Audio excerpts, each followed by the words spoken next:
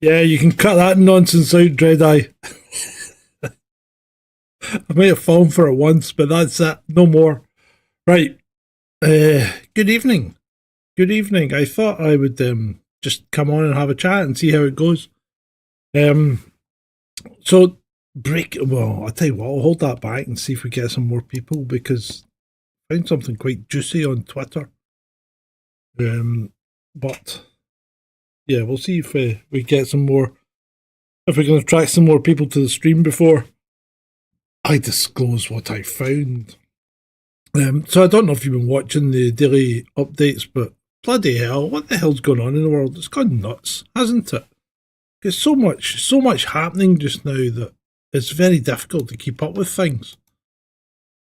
What have we got? What have we got? So I don't even know if that astronaut Sunita's down yet. I know that she's certainly arranged an appointment with a hairdresser to get her roots done. Imagine being up there for 9 months and no die. Oh dear. Anyway, so she's due to land tonight, I believe. That could mean any time. I'm not quite sure. I'm not quite sure SpaceX's schedule. But I'm sure I can find out.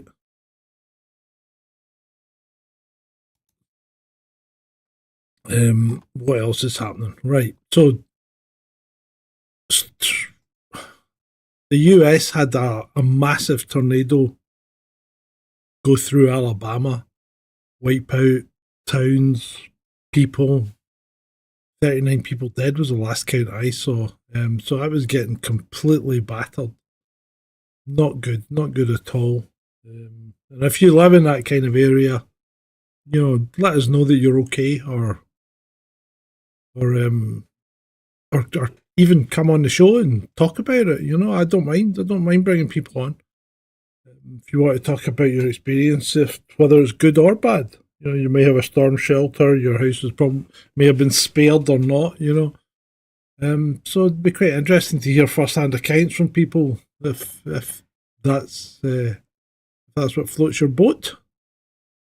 And California, Malibu had a 4.7 on the Richter scale. I'm not sure that that's terribly high for California because there was no reported damage, and it's built on a fault zone. One day it will slide into the sea. The entire state, I think. Well, everything west of the San Andreas. There's no doubt that probably wasn't the best place to build one of the most populous cities in the US, i.e. LA, or San Francisco even for that matter. So we'll see what happens there. Probably be all right in my lifetime, but it'll go at some point. When they sent the Dragon spacecraft up to dock with the ISS to get Sunita and Butch off the ISS, this guy Nick Hague, who's one of the astronauts that was replacing them or doing a stint or whatever, turned up with an alien mask on. Wow. Why? Sometimes I just wonder, people. I mean, you're going to be on world TV and you think it's a great idea to put an alien mask on as you open the hatch into the ISS. Yeah, okay. Whatever, nerds will be nerds. I think it was better when the military were running things. Did I really say that? I don't know. I think my volume's okay. I'm hoping it is. It was bizarre, wasn't it, Julie? Serbia had a massive protest against its government. Not against Elon Musk, not against Trump, which is what a lot of people were reporting on Twitter. But they had this massive protest. And some are saying up to 1 million people. They're reporting 100,000. But this massive protest against their own government and the corruption within it. And then, I don't know if you saw the video, but suddenly they all scattered. Everybody scattered off the street. And I think they used a low frequency weapon, audio weapon on the crowd to disperse them. Which is a bit naff, you know. It was a peaceful protest. There was no real violence. In fact, I don't think there was any violence. It wasn't even a mostly peaceful protest. It was an actual peaceful protesters. And then suddenly, whoosh, you know, this couldn't pick anything up on the video, but this ultra low frequency sound, I think, that just boom, wipes people out, makes them feel sick, makes them run away from it. And everybody just, I mean, I've never seen people clear a road so quickly. Pretty bad, pretty poor. Then there was a nightclub fire in Greece, which claimed 59 lives. These nightclubs are always a problem when it comes to people getting out. So that was quite bad. And then there's been all the stuff in Ukraine, and I think Russia's more or less kicked them all the way out of Kursk now. I think they're right back at the border. They might just have a little bit hanging on, but I'm not even sure if they've still got that. So Russia's kicked them out. It doesn't appear to be letting up yet, although apparently Trump and Putin have been on the phone for over 2 hours. So I wonder if he's getting a history lesson. That would be a joy, wouldn't it? If you've ever given them a history lesson. And then blah, blah, blah. And Trump's going, yeah, you have great history, Vlad, but, no. And then we did that. Yo, beats and types, how's it going, mate? So that would be quite cool as well.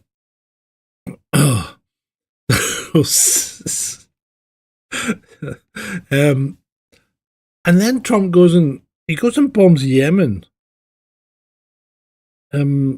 For what? I'm not quite sure. Because Yemen had said, you know, they were blockading the Red Sea on the basis that why should other people get their supplies if Israel won't let anything go into Gaza? And, you know, maybe got a point. I mean, I'm all for taking a hard line, but there's such a thing as humanitarian, you know, being a little bit humanitarian, food and drink. And I'm not even talking about the hard stuff. They don't drink the hard stuff, do they? I'm just talking about water. But yeah, well, give them the hard stuff if they want. But yeah, so why they cut off all the supplies completely? What they're trying to do? Because the problem is, all you're doing is making what you're trying to eradicate. That's the problem when you're Israel. They're not curing any problems here. And to be fair, you know, I think they've killed 40-odd thousand people, and everybody calls it genocide, but 2.5 million people in Gaza.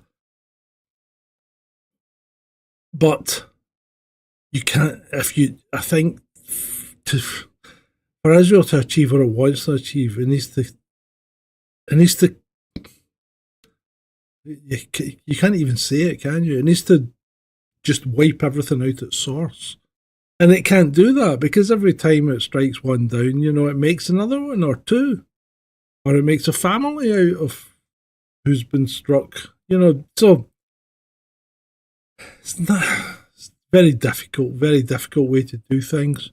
The whole situation was set up for failure, though, in the very first place, wasn't it? You know, putting that kind of enclave around what are shared symbols of the cults. It's just, the whole thing's a nightmare. And then, of course, you've got the Americans who are beholden to their really powerful lobbies politically. And, you know, if they go against these lobbies, they don't get anything done because money just dries up. So while the American system of politics looks fairly good at first glance, you know, 3 separate tiers of political leadership, legislative, judiciary, and executive, it doesn't really work like that, does it? When you've got all these lobbyists who have all the people in their pocket, and then suddenly they're controlling votes. And even the president can only do so much if he's got both the legislative and the administrative against them, you know? So, again, it's just a nightmare. It's a nightmare scenario, and I don't have a clue how to fix it unless you take away one of the protagonists. You know, because I can't see any quick way of solving this as an issue.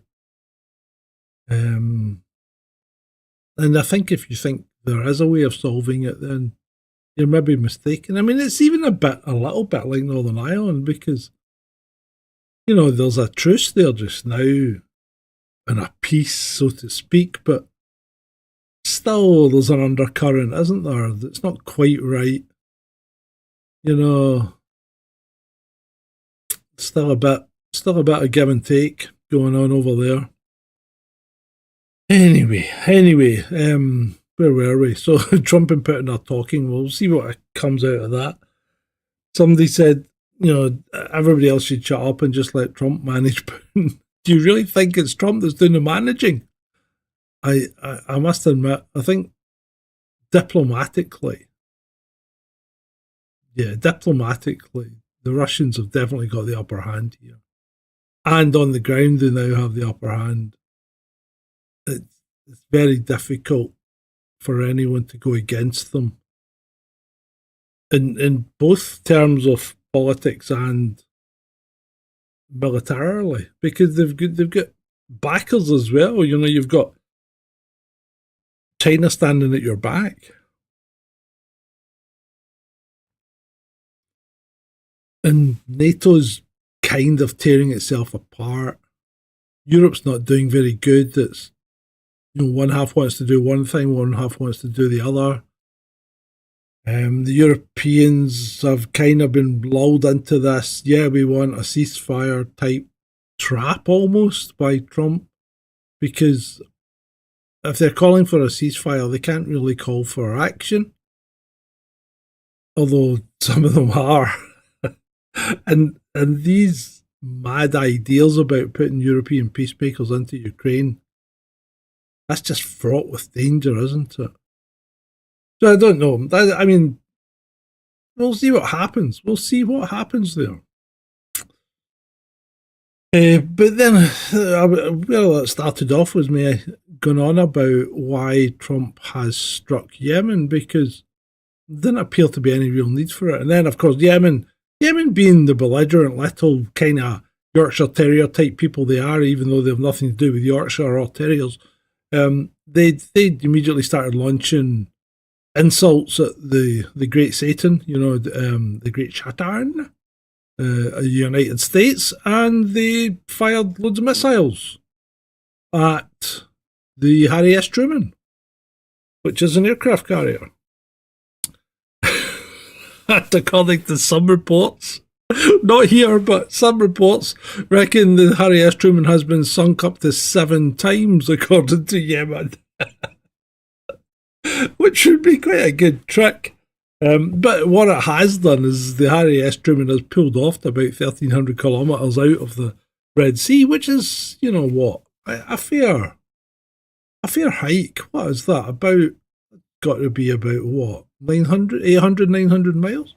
Anyway, so it's a fair distance away, which probably takes it out with the range of much of Yemeni's missile force.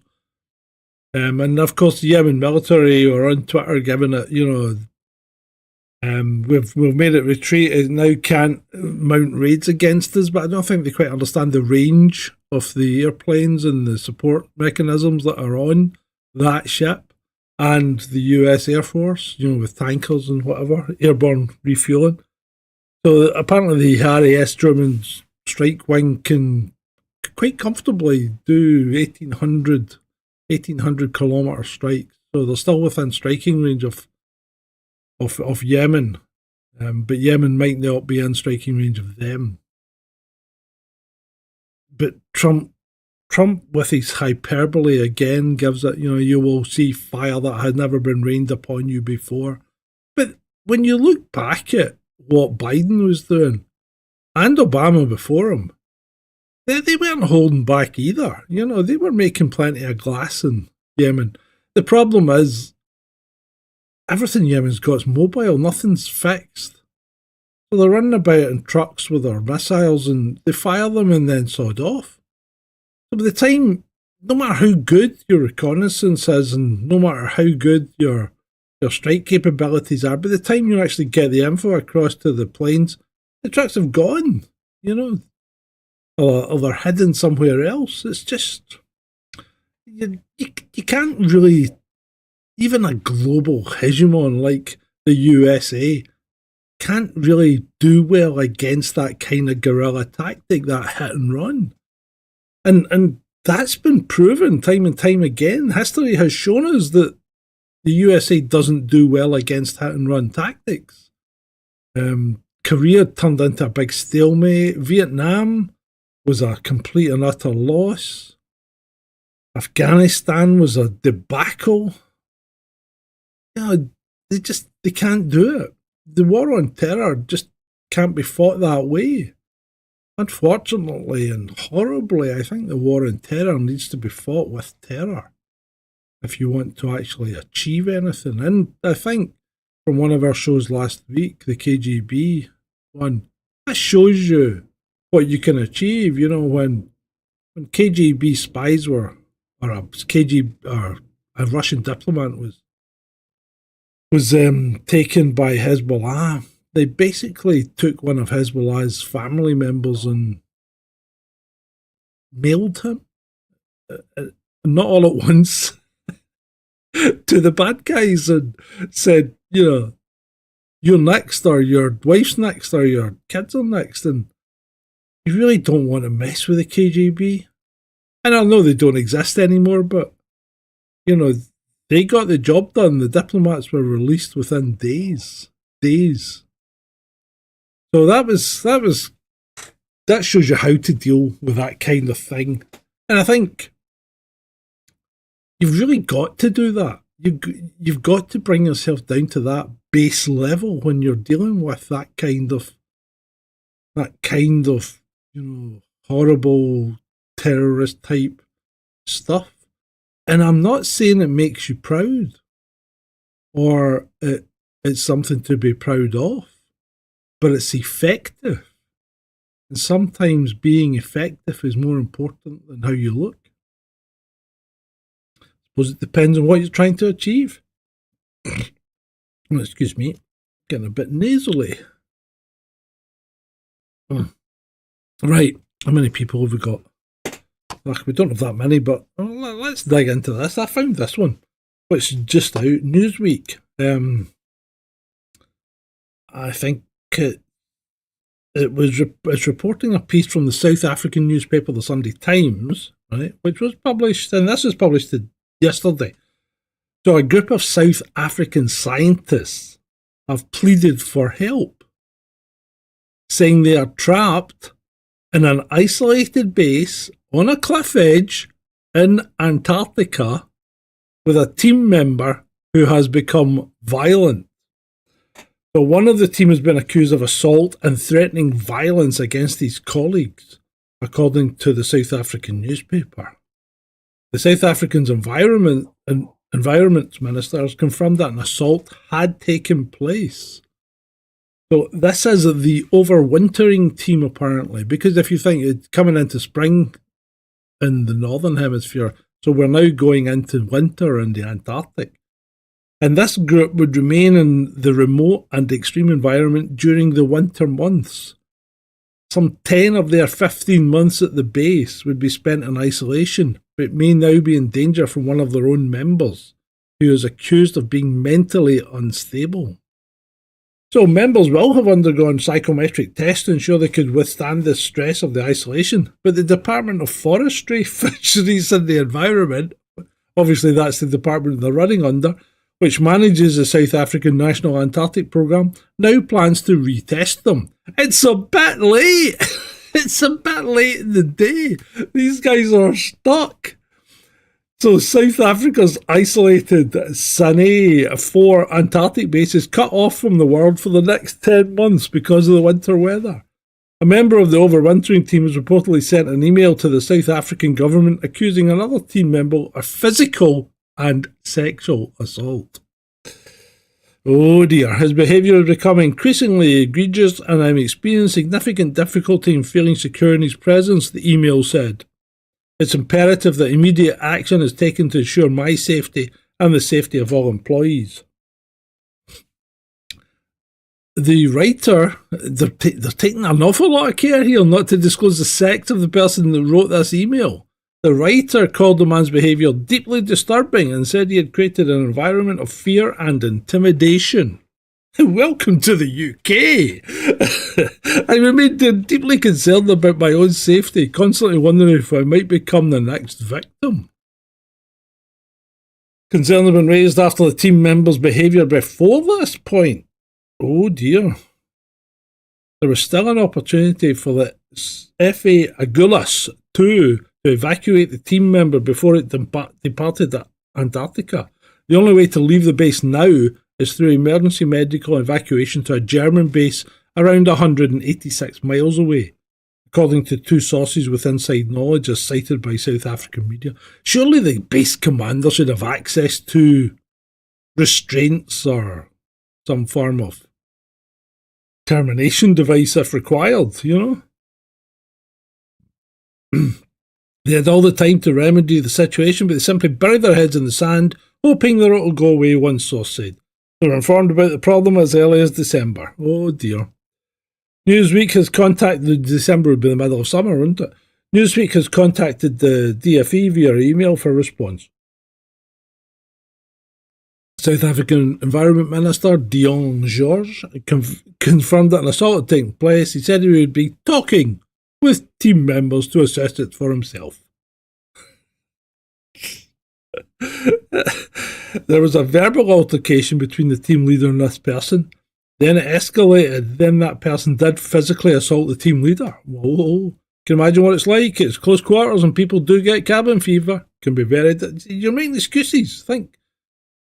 Just making excuses. Or is this a thing type? Is this a thing type incident that's ongoing? That would be cool. Wouldn't it? Yeah, I don't think they do use UFOs to take stuff in and out of Antarctica.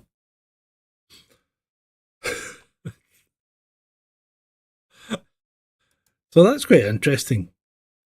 So, right, what else is happening? Tulsi Gabbard has ruffled India by claiming that, not India, had ruffled the Bangladesh by claiming that they have the makings of an Islamist caliphate.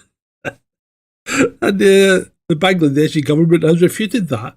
But having said that, there's an awful lot of violent protests ongoing in Bangladesh just now. I don't think everything's good in that country.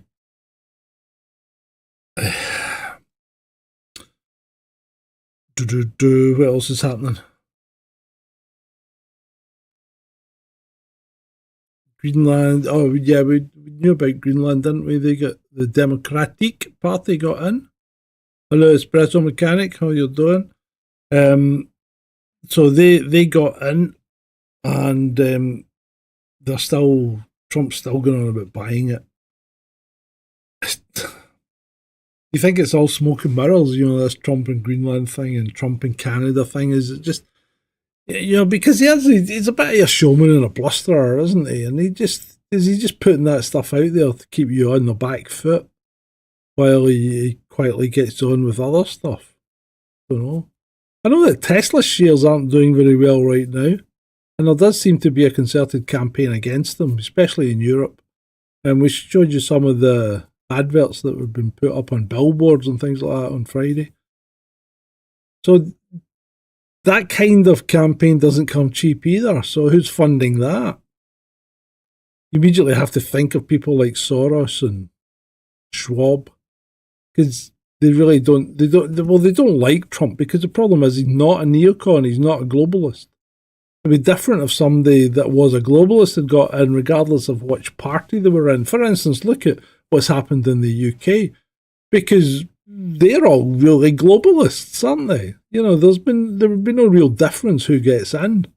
And that even when you boil it down, when you look at Farage, he's not what he says he is he? I think he's kind of revealed himself again. You know, he does this every so often. He forgets that he's playing, what part he's playing, and he lets something slip, and I think he's done it again. So you can't change, you can't effect change in a system from within when that system is so locked down and so entrenched as our political systems are. It's got to come from outside. It's really got to. I mean, the Scots did it with their devolved parliament because most people don't care, and they thought they were setting things up so that they would be all right, Jack, but they weren't. And effectively, all that happens now in Scotland is nobody gets a clear majority, and everybody has to make a coalition. Hence, the SNP had to team up with a lunatic Green Fringe for the last God knows how long, 13 years or whatever. So it's been awful, but it doesn't matter who gets in Scotland, it's going to be awful.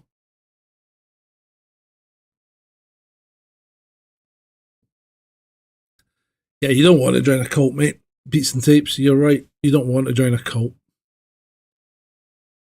Right. So, what else we got? We did the airport thing.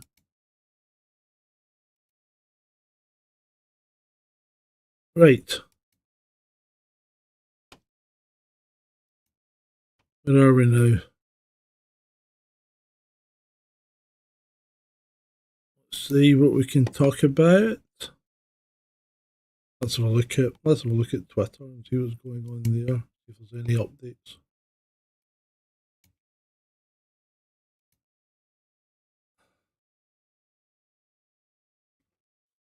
What do you think of Starmer? Because Labour Party, right? Labour Party meant to be for the common man. It didn't start off well, you know, clamping down on those protesters at the Southport riots, and really, I think, and this is just a personal opinion, but going well over the score when it came to locking people up for expressing an opinion. So didn't really enamour himself to us very well there. I mean, he maybe thought he was being strong and leadershipful, but he wasn't. He didn't impress. He certainly didn't impress me, and probably hasn't impressed many of you guys.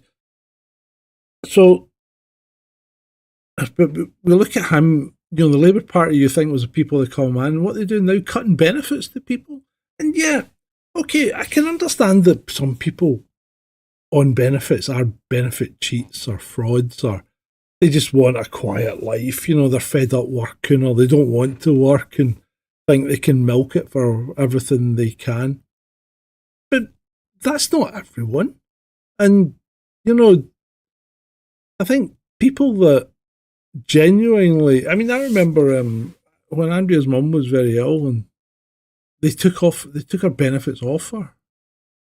I mean, this woman had terminal cancer and they took her benefits off her, which was just crazy. Then they reversed the decision and gave her more money, but, you know, but to have to put someone through that at end of life is ridiculous. And yeah, you can say that, okay, that was a Tory government, but do you think this government's any real difference? Because like we always say, the aims of government are generally the same. All they want to do is control the population and feather their own nest. And Starmer seems to be doing this quite effectively because apparently Apparently he's been spending money that's not been properly tracked. Surprise, surprise. Wonder, wait till he gets the bill for David Lammy's biscuits. It's just ridiculous. But you don't expect a Labour government to be doing things like cutting the NHS and cutting benefits and going after poor people, or do you? Because did Tony Blair not really do away with the traditional Labour government when he became New Labour, which effectively just became a slightly left of centre version of the Tory party? And now I would say is actually the Labour Party is probably more authoritarian and more right-wing than the Tories are. It just boggles the mind, doesn't it? It just boggles the mind. But yeah, it's quite interesting. So we now have a Labour Party that's more authoritarian than a Tory party, and everything's still the same. We're still in the shit, except we're in the shit and they're cutting all benefits. They're making people's lives hell, and they want to go to war. And then we get people on Twitter going on about, the aircraft carrier is apparently going to get, when it's in for its first refit, it's going to get a steam catapult, or it's maybe not a steam catapult. It's going to get a catapult launch system because they use electromagnetism, I think, these days, like railgun type technology. But anyway, so it's going to get a catapult launch system and arrestor wires and everything, so it can fling planes into the sky quickly rather than rely on their short takeoff. That means the planes can carry more ordnance and be more effective, which is great. Until you realise that we didn't buy the right planes. This is the part that fucking boggles the mind. Why did we bother building 2 aircraft carriers when we went and bought F-35Bs? Now, F-35Bs are the standard, more or less standard version of the F-35. The F-35C is the one with beefed up landing gear for catapult launching and carrier landings using arrestor hooks, in-flight refueling, and has bigger wings, allowing slower approach to the carrier, and bigger fuel tanks, so it has a better range. But no, we didn't buy them. We bought the regular ones. And I think we're contracted to buy 48 of them. I think we've had 47. We've had 48 delivered. We lost one already. We've got 47. I think we're contracted to buy 120 or something ridiculous. But it's not just the Navy. You can't make that shit up. These planes don't belong to the Navy. And they don't quite belong to the RAF either. They share them as required. Now, I might not be a military expert, but if you're in a situation where you're going to need planes on your aircraft carrier, do you not think there might be a situation where you might still need some at home for defence? No? Yeah? So anyway, I worked it out because the F-35 is a shit aircraft that needs a ton of maintenance, and you can only get it done at an approved service centre. It's like buying an Audi, Except imagine if you had to ship your Audi back to Germany every time it went wrong. Because that's more or less what's going on here. You can either get it fixed in Italy or in the States. And we've got four of our F-35s are permanently based in the States, right? Because they're there for training purposes. So there's 4 of our 47 aircraft are in the States. At any one time, we've probably got 60% readiness. So that takes us down to what, 24-ish? 24 ready? Off that 24, some will probably either be broken or about to drop off. So But even if we said 24, right, and you, let's say you need to keep 12 back for the RAF, that gives you 6 each for your carriers. 6. What are you going to do with 6 aircraft? How do you lose one? Well, I think it crashed, mate. It crashed. Anyway, so you realise that when we go on exercise, with our aircraft carriers, we borrow F-35s from the US to make up the numbers because we've only got four or five available on the day, and then of course you remember you're using the wrong plane because you're using the B instead of the C variant. It's just, who makes us shut up? And the thing is, you can't really, well, you probably can blame the government to a degree, but the people that run the mod really should be fighting their case here. Because now we're looking really stupid because we can't put a carrier assault or carrier battle group to sea. And apart from that, our aircraft carriers keep breaking down. This is embarrassing. Rule Britannia. Britannia rules. No, it doesn't. This is truly embarrassing, especially when you come from a Navy background. I'm quite disappointed in the UK. We really have let ourselves go to shit. So, yeah, that's how we lost one. It crashed. Not good. Not good at all. Right. Diane Abbott. Up to 1.2 million people could lose between 4 and 6k per year by 2029 from PIP changes. That's personal income payment.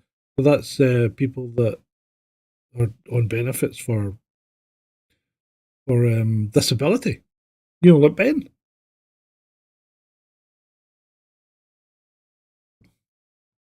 Oh, yeah, that's great. But we still seem to be able to pay loads of benefits to other people.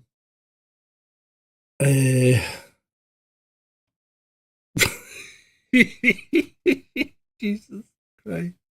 I'll keep that one for Friday. That's a cracker. I'm going to keep that for Friday. Why are people posting on X that the website is down, X is under attack, and yet I'm looking at it on the website? Is that current? Yeah, that's not current. That's not the case, mate. I think maybe you're under attack. Oh.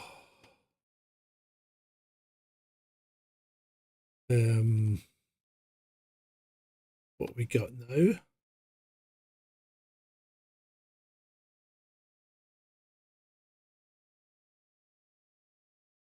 Happening? Oh, still getting we're getting loads of video footage from the Russians and Ukraine these days.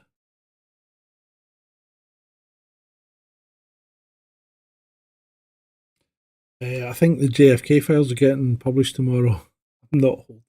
I am not holding out much hope. I don't know. Have I watched King of UFOs yet, John? I haven't watched King of UFOs. What's that? Is it a show or is it a dramatization or something? I see people talking an awful lot about this Netflix drama, Adolescence. It's on YouTube and it's a funny one. I'll have a look at that. So has anyone seen this Adolescence show on Netflix? It sounds like woke shit, but I might be wrong. King Charles and oh my god.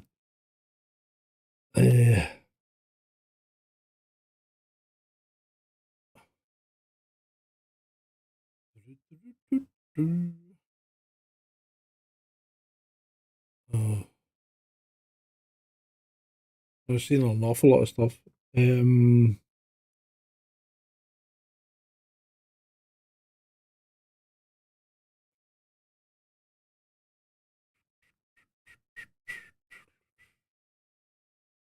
So I see they've been setting Teslas on fire in the States, including quite a lot of them in dealerships and things. That's not a terribly bright thing to do. Uh, I can't understand why people are so upset by it. I mean, really, is trimming down the government not a good thing? That's what I don't get. And we're doing it in this country as well. We're turning ourselves against ourselves because it's fine to slim down the government, but America seems to be in such a division that there doesn't seem to be any common ground between the left and the right. It's like there's no common ground. How could you be a swing voter in America? Because you're going to be hated by your former pals or your new pals. You know, it's just not going to work, is it? And they're doing it here because, you know, if they're going on about the benefits and cutting them and things like that. And you're getting people going on about, well, I don't want my taxes going to benefit cheats. Well, neither does anyone. I don't want my taxes going to benefit cheats. But that doesn't mean you punish everyone equally. Collective punishment is, after all, a war crime. So don't let the government turn you against other people just because some people are less fortunate than you are and are getting a handout, whether it be temporary or permanent. Because, you know, let's face it, look at that guy, Alex, the scaffolder guy that we interviewed, the Scottish guy that lost a leg as part of the thing. And I mean, he lost a leg. He was a scaffolder. He's not going to be scaffolding anymore, is he? He's going to find it hard to get employed gainfully doing something, you know? I mean, he's probably doing all right now, but I don't know if he is or not. But just losing a leg, it's everything else that goes with it. The trauma, the mental torture, you know? I mean, one of my mates lost a leg in a motorcycle accident, and I mean, he still feels the pain in the leg that he doesn't have. He says the leg that he doesn't have is more painful than the leg he's got. Both his legs were minced under a Yule Dodds 32-ton coal lorry. But one of them, they saved. But ridiculous, absolutely ridiculous. So don't let them turn you against people. You know, don't let them do that. Think about things for yourself. Don't believe everything you see on the TV or whatever. Well, I know you guys don't watch the TV, but don't believe everything you're told, because a lot of it is a load of crap.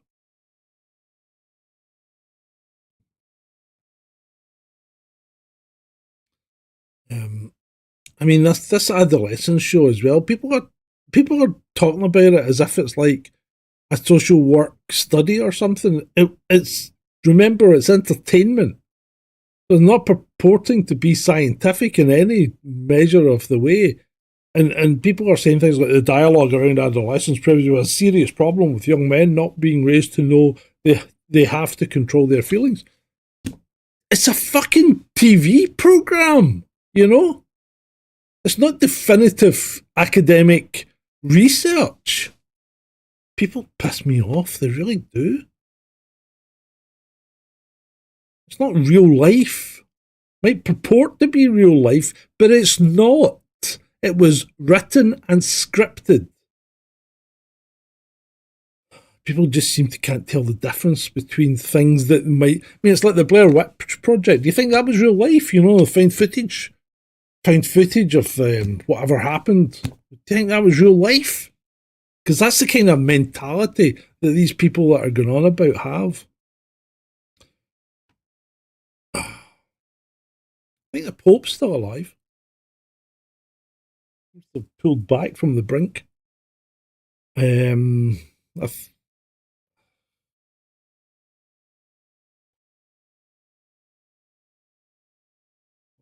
is happening?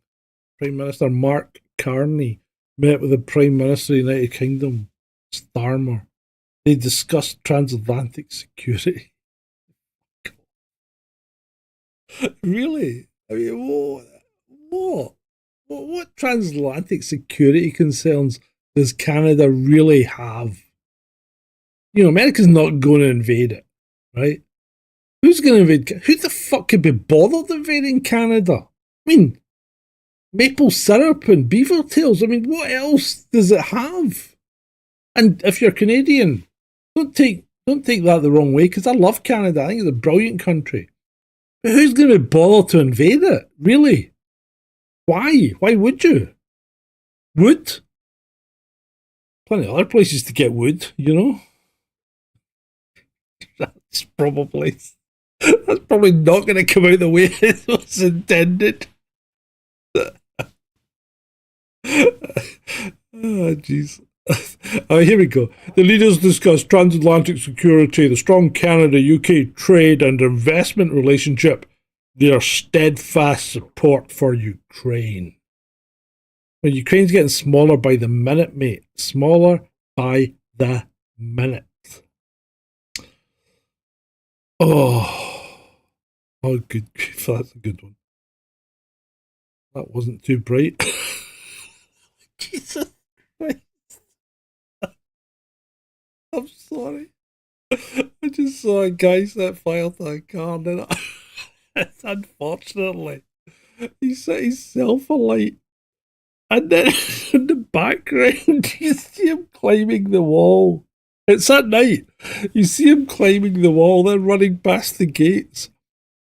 And it looks like a scene from... What's the one with the Hulk? Not the Hulk, the Thing, and the Bendy Woman and Johnny Blaze. The Fantastic Four. It's like a scene from the Fantastic Four as he sprints down the road ablaze. Oh, oof. Sorry, that was quite funny.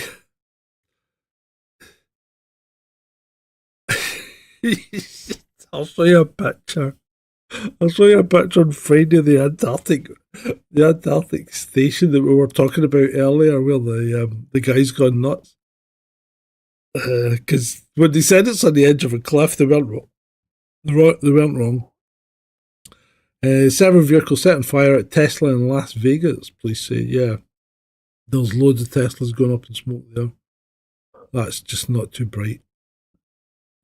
But hey, I told you. I told you. The guy, remember I said the guy said that X is under attack, the website is down. He's just replied, false alarm, a cat ate a wire. Yep, problem in jail, not in computer. We used to call it picnic. Problem in jail, not in computer. Oh,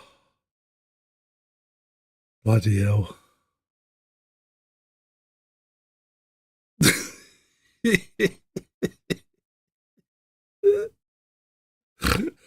Sorry,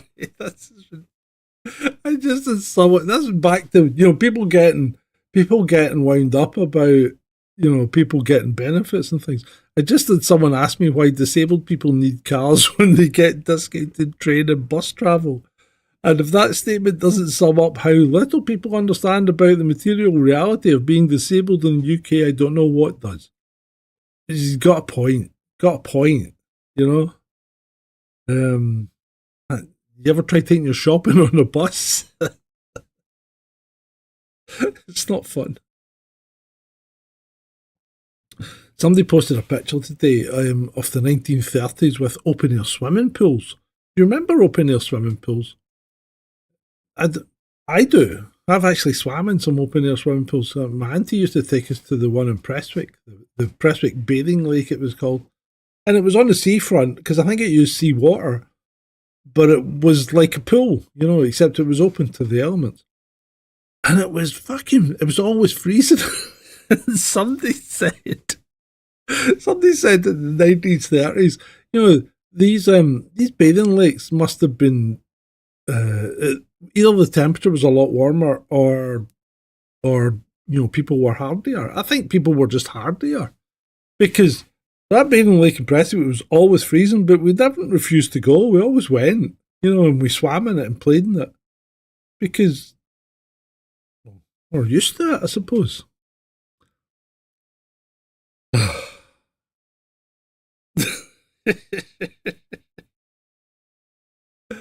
There's a job offer. Skywatcher. Skywatcher is looking to hire a full-time producer to help lead our content production. This person will play a pivotal role in helping share our research and findings with the world. Serious candidates only. Apply here. All referrals appreciated. Skywatcher. That's that's that's the people who are trying to say that you can manifest UFOs and get them to land and all that. So why do they need a producer? Because they're making up shit, aren't they? Yeah. Oh, Snow White comes out. Is it tomorrow? I think Snow White comes out tomorrow. I think this is going to be a disaster.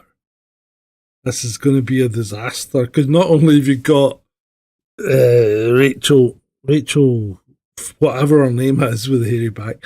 So, so we've got Rachel Ziegler, who's Snow White, and you've got Gal Gadot, who's a very prominent Israeli. People just aren't going to go and watch this, are they? I think it's done. They should just have binned that movie. They really should have. I watched Escape from New York last night with Snake Plissken. Bloody hell, that was a really young Kurt Russell in it. Really young. He didn't look like Kurt Russell. I thought, is that really Kurt Russell? I don't remember him looking like that. But then when I watched that the first time, I was really young as well. I'd have been, I would have been 19, something like that. Yeah. So, yeah, I thought, bloody hell, that is a young Kurt Russell. But, yeah, it was good. It's all right. It stands up okay. Not bad.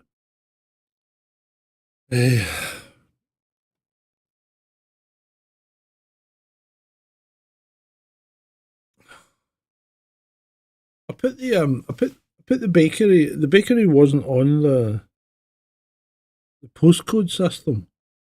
So whenever I tried to send stuff from here, I usually had to go and take it to the post office because they will pick it up for free, the post office these days, when you send stuff. But because it doesn't come up in the postcode system, they wouldn't do it. So I spoke to the postman about it, and he said, "You just fill it in online." He says, "No, add it." So I did, and they did. And they added it like straight away, and then about 3 days later, I got a letter from TV licensing. It's saying you don't have a TV license. I just filled in their online form, which is incredibly onerous. You have to say the same thing 3 times. I don't know if that's some kind of like, Beetlejuice type thing. But you have to actually answer the same questions 3 times. And I filled that in saying we don't have a TV. It's a bakery. We're not sitting around watching TV.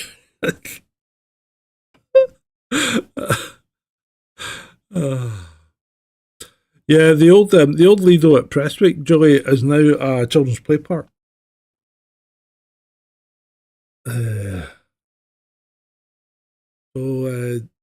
Hamza's brother-in-law's been a bother again. No driving license or no insurance or something like that. You get caught. Ouch. Olga Basova, who, as you know, our friend Ed has a massive crush on. She's reporting that Kursk is finished. It's now totally Russian again, and 70,000 Ukrainians are there permanently. Ouch. Oh, good grief. Oh, good grief. These guys are fucking so far up their own arse, aren't they? Adolescence creators want the show aired in Parliament. It's a fucking show. I don't pay tax for our representatives to sit and watch the telly, or do we? Do we? I think we might.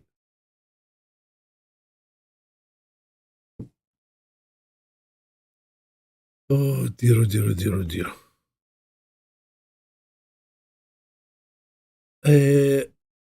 The Department of Work and Pensions apparently estimates the PIP fraud rate at 0%. So why is Labour having such a go at it? If that's true, it might not be true, but who was it said it? It was a woman, so that's probably a journalist, Guardian journalist, and the Times. She's probably right. I'll give her the. I mean, it's not a hard thing to check.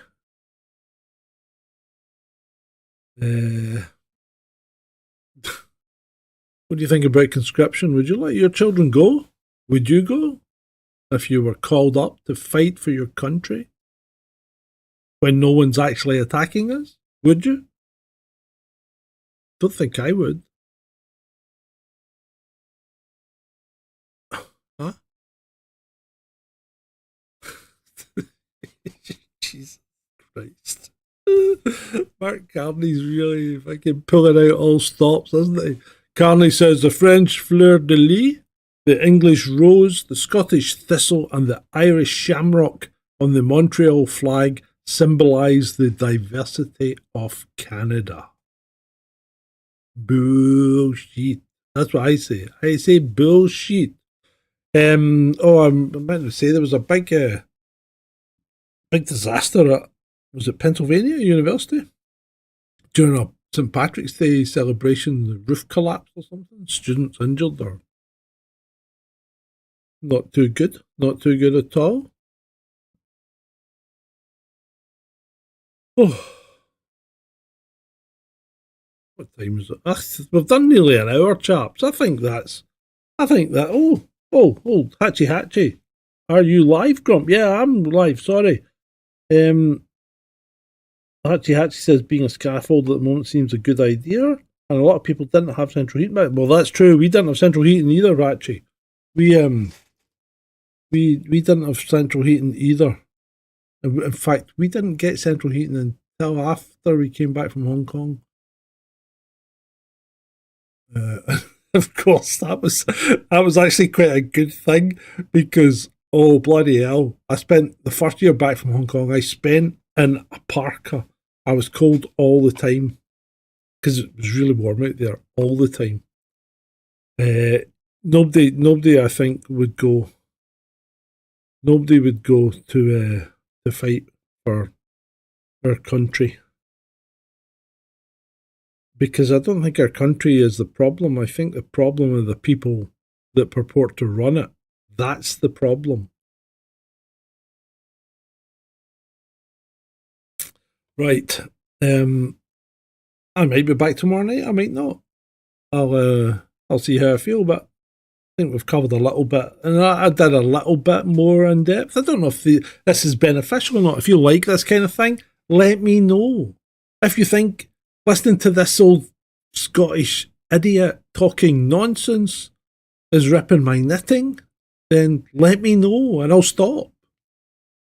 Or I might not, but either way, I appreciate you coming along, like, share, subscribe and all that nonsense. Remember, you can always donate, should you wish, at ko-fi.com/Sergeant Grumpy. That's what keeps us going most of the time because I don't have monetization on in the horizontal stream, although Hatchy, you may have noticed that there might have been an advert or two on the vertical stream. I only did that because they seem to put it out more if you actually monetize it rather than if you don't. So I might start monetizing stuff again because I've noticed since we stopped monetizing, while you might get a good experience, we're only getting like 50 views on the horizontal stream. Now, we had over 4,000 on Friday nights all in on the vertical stream. So I might introduce monetization again. Don't castigate me too much. If lots of people joined the channel or donated, then I would turn it back off. But I'd probably set it on the lowest setting so it's the least obtrusive for the viewer rather than getting it flung in your face every 2 minutes. And you know, there are ways. I'm not telling you what to do, but there are ways. What else is happening? Oh, so apparently the Navy say our nuclear submarines are spending too long at sea. Well, where else would you have them be?